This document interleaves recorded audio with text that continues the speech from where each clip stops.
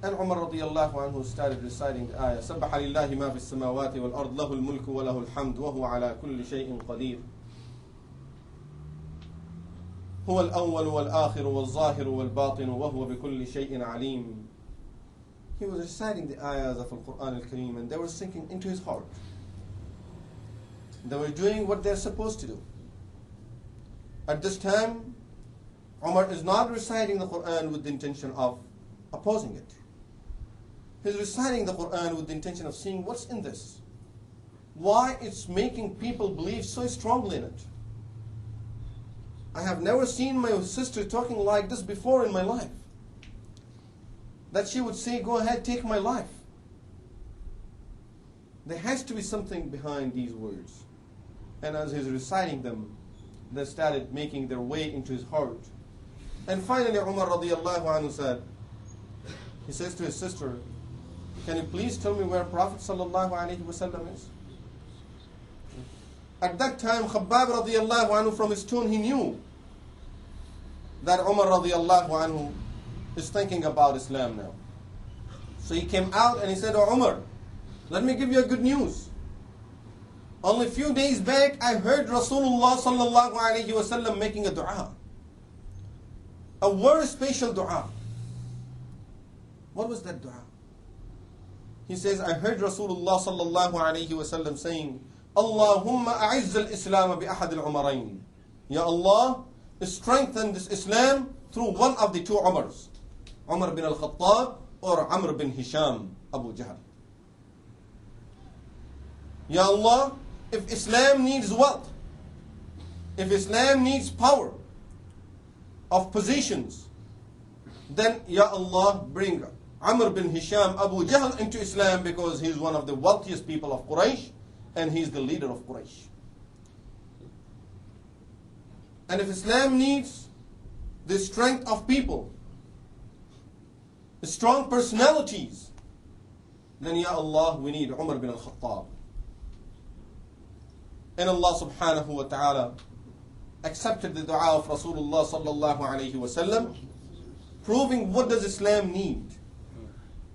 And Umar Radiyallahu Anhu was ready to embrace Islam now. This is a very important point that we need to learn from this dua of Rasulullah sallallahu alayhi wa sallam, when he is looking throughout the Quraysh, all the enemies of Islam, and he's selecting two people for Islam. Rasulullah sallallahu alayhi wa sallam is selecting two people out of the whole Quraysh, that Ya Allah, I need only one out of these two people to help Islam. Just one out of these two people. It's not an easy selection. If we were to think about all the enemies of Islam today, and we would say that I need one person to become Muslim, and then inshallah I can do a lot with the help of that person. If that person will get on my side, then we can do a lot inshallah. Then who would be that person? Here Rasulullah sallallahu alayhi wa sallam has thousands of people in front of him. And he has a lot of different qualities in all of these people. Finally, he tracks everything down to two persons out of Quraysh. One is Abu Jahl, the leader of Quraysh, a wealthy man of Quraysh. The second is Umar bin al-Khattab, a very strong young fellow of Quraysh. As far as respect, people don't have too much respect for him, for Umar Radiyallahu Anhu. They have a lot of respect for Abu Jahl, not too much respect for Umar. They all know him as a young person from Quraysh, very strong. And if you really need to get into a fight, then you need him on your side. Otherwise, you don't care about this man. He's a shepherd originally. Basically, he was a shepherd.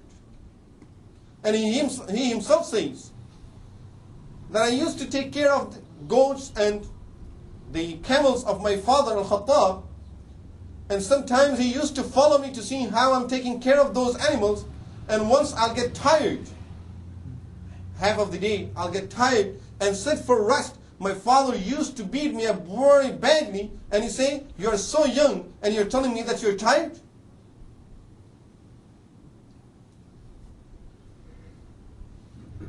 And subhanallah, selecting a man of that kind out of the whole Quraysh and making dua, Ya Allah, I need one of these two people. This tells us that Rasulullah sallallahu alayhi wasallam was really studying the deep personality of each and every person that's working against Islam. And is trying to find out who are the people that if I get those personalities into Islam and those qualities helping me on my side, that I can really use those people for the sake of Allah subhanahu wa ta'ala, for the sake of spreading Islam. And Allah subhanahu wa ta'ala accepted Rasulullah sallallahu alayhi wa sallam's dua and his prayers regarding Umar bin al-Khattab. Of course, at that time, this dua may not be very important to many people, but at this time when we look at that selection, we can tell what difference it made for Islam when Omar Radiyallahu Anhu came into Islam. What was a great turn around in the history of Islam and the change that the history of Islam took place after the Islam of Umar bin al-Khattab radiyallahu anhu at that time, and after the Khilafah of Umar radiyallahu anhu many years later.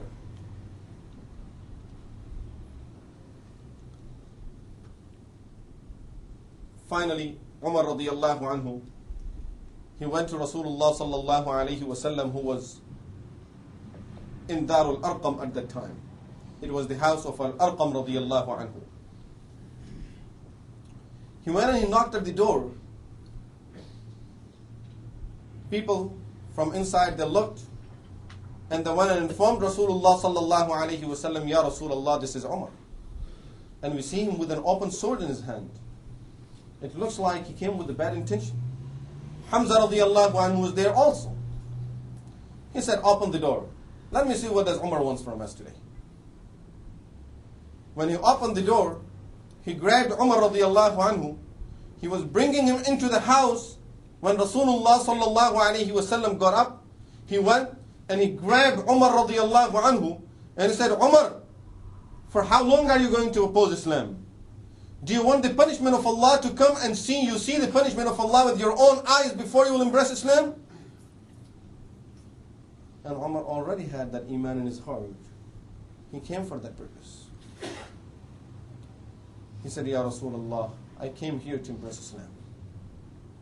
Ashhadu an la ilaha illallah wa ashhadu anna Muhammadan abduhu wa rasuluh. As soon as he said these words, Rasulullah sallallahu alayhi wa sallam said, Allahu Akbar. And all the Sahaba ridwanullahi alayhim ajma'in said the takbir out loud. And from here we learn also that saying the takbir at the time of someone embracing Islam or a special occasion is one of the sunnahs of Rasulullah sallallahu alayhi wa sallam also. As soon as he embraced Islam, he said, Ya Rasulullah, I have used my energy, my strength, my power, my position, everything to oppose Islam. But today I would like to use all of this for the sake of Islam. Ya Rasulullah, I know that you people, there are a lot of Muslims with you who are hiding their iman and we don't even know that they are Muslims. But Ya Rasulullah, please, after embracing Islam, now don't ask me to hide my Islam. I would like to go and announce it in the leaders of Quraysh, amongst the leaders of Quraysh. I would like each and every person in Quraysh to know that Umar has he became Muslim, and Umar Radiyallahu Anhu has already embraced Islam, and I want to challenge the kuffar of Quraysh to see if anyone would try to stop me from practicing my deen. Rasulullah sallallahu alayhi wa sallam in the beginning he tried to explain to him, Umar, you might go through a lot of hardships because of this. Umar Radiyallahu Anhu said, Ya Rasulullah, I don't care what I face for the sake. He said, Ya Rasulullah, the first thing I would like to do is, if you allow me and you would agree to this, we all will go together. All the people that are in this house at this time, we all will go together and we will perform salah by the Kaaba in the presence of the kuffar of Quraysh with the Jama'ah. We want to go and perform the salah together over there. I want those people to know that Islam is getting established now. And it's not going to be just hiding itself away from you people from now on. Rasulullah sallallahu alayhi wasallam agreed to that point. They all went by the Kaaba, and that was the first time in the 6th year of Nabuwah when all the Muslims, Rasulullah sallallahu alayhi wasallam with the other Sahaba ridwanullahi alayhim ajma'een, together they went and they performed the Salah by the Kaaba. We got to realize that this wasn't any fard Salah, because up to that time Salah was not fard on the Ummah. Salah became fard on the night of Isra and Mi'raj. That was much later than this event.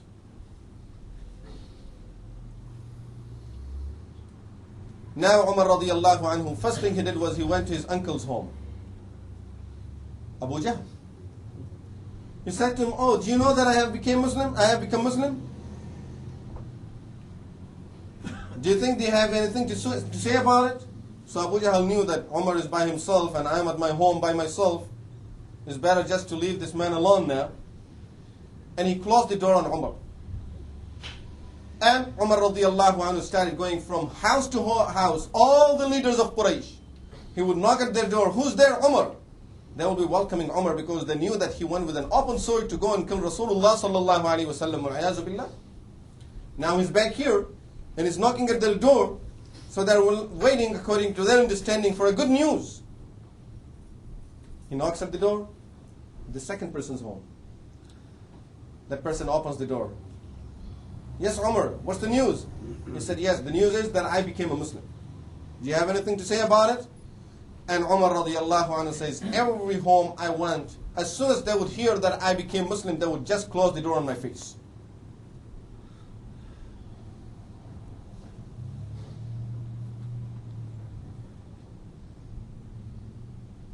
Hasan Basri rahmatullahi alayhi says that on the day of judgment, all the people will be waiting for the judgment. Allah subhanahu wa ta'ala will give Islam, the deen of al-Islam. Allah subhanahu wa ta'ala will give Islam a form and a shape. And Islam will go and talk to Allah. "Ya Allah, I was hiding myself away. People were not able to talk about me till Umar came into Islam. Ya Allah, I can't see Umar waiting for the judgment over there under the heat of the sun. Ya Allah, I would like to take Umar first thing into the Jannah. Let him go and put him in the shade of the Jannah. By the time you finish with the judgment, then we will deal about Umar. Then let Umar Radiyallahu Anhu go to Jannah. Once the door of the Jannah will open, at least I would go like to take him and put him in the shade of Jannah." This will be the request of Islam on behalf of Umar Radiyallahu Anhu. Imagine if Islam will intercede on behalf of a person, not Muslims. Islam will intercede on behalf of the person. How great that person has to be. And I'm sure that even today, if we offer our services for the deen of Allah subhanahu wa ta'ala, the way Umar Radiyallahu Anhu offered himself, still the doors are not closed for us. Still Islam needs those Umars. And especially in these days, Islam needs Umar. Islam needs a lot of Umar. Not necessarily we have the same name, but we need those qualities that we come up with our deen. We speak up for our deen. We stand up for our deen. We make people know openly. And we go to their gatherings and let them know that this is what Islam is about and this is what we are going to be practicing. This is what my deen is. And these are the sunnahs of Rasulullah sallallahu alayhi wa sallam. We stand for this deen and we are going to live for this deen. We will die for this deen. We will die with Ashhadu an la ilaha illallah wa ashhadu anna Muhammadan abduhu wa rasuluh. May Allah subhanahu wa ta'ala accept all of us for the service of this deen. May Allah subhanahu wa ta'ala guide all of us to sirat al-mustaqim. أقول قولي هذا وأستغفر الله لي ولكم ولسائر المسلمين والمسلمات وآخر دعوانا الحمد لله رب العالمين.